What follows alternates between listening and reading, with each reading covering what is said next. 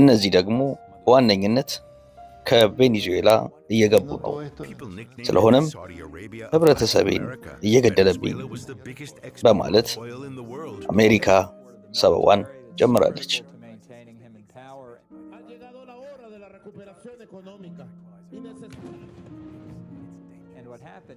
ታክስ ብላ አሜሪካ ብትገባበትም ከዚህ ጦርነት ጀርባ ግን ሌላ እንደሆነ ብዙዎች ይስማማሉ። በአሜሪካ ገዳይ ከሚባሉ እጾች ውስጥ አንደኛው ፌንታሊን ሲሆን በመቀጠል ሄሮይን፣ በሶስተኛነት ደረጃ ኮኬን ነው። ፌንታሊን በአብዛኛው የሚገባው ከሜክሲኮ ሲሆን ከቬኔዙዌላ የሚገባው ፌንታሊን እዚህ ገባ የሚባል አይደለም። ኮኬንም ቢሆን ከቬኔዙዌላ ወደ አሜሪካ ከሚገቡ ኮኬኖች ውስጥ 30% የሚሆነው ከቬኔዙዌላ ነው ማለት ይቻላል።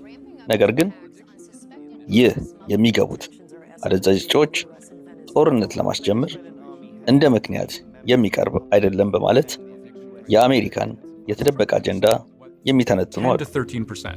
ለመሆኑ አሜሪካ ምንድን ያስፈራት?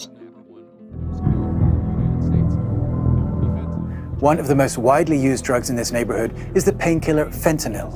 In 2021, it contributed to 70% of overdose deaths in Philadelphia. The city's አንደኛ የነዳጅ ተጠቃሚ ስትሆን ይህንን ማዕቀብ የጣለበትን ነዳጅ በርካሽ ዋጋ ከቬኔዙዌላ በመግዛት ላይ ትገኛለች። ያም ሆኖ የአሜሪካ እና የቻይና ግንኙነት በፍርሃት ላይ ባለበት በዚህ ሰዓት ላይ ቬኔዙዌላ የአሜሪካን ዋነኛ ጠላት ቻይናን አፍንጫዋ ስር አመታታለች።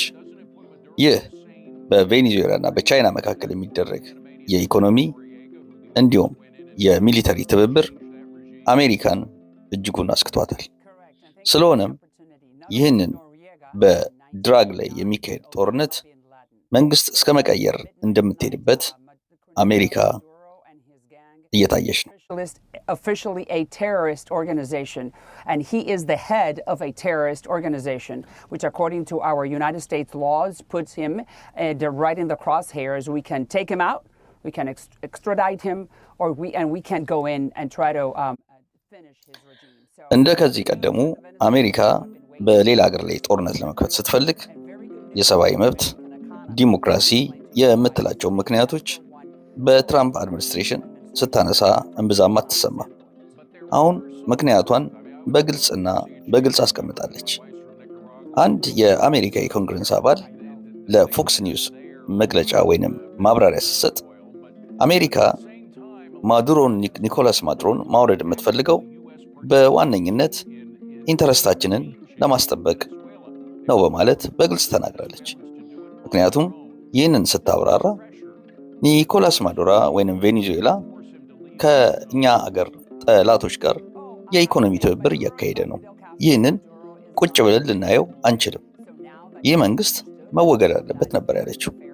ይህ የአሜሪካ የተቀየረ ፖሊሲ ይመስላል። ከዚህ ቀደም አሜሪካ ጦርነት ስትከፍት በዲሞክራሲና በመልካም አስተዳደር የምትገባበትን ምክንያት አሁን በግልጽ ትተዋለች። ይህ አንዱ የአሜሪካ የውጭ ፖሊሲ ለውጥ እንደሆነ ማሳያ ነው። Basically for three reasons. You're in Fox Business. Venezuela for the American oil companies will be a field day because it will be more than $1 trillion in economic activity.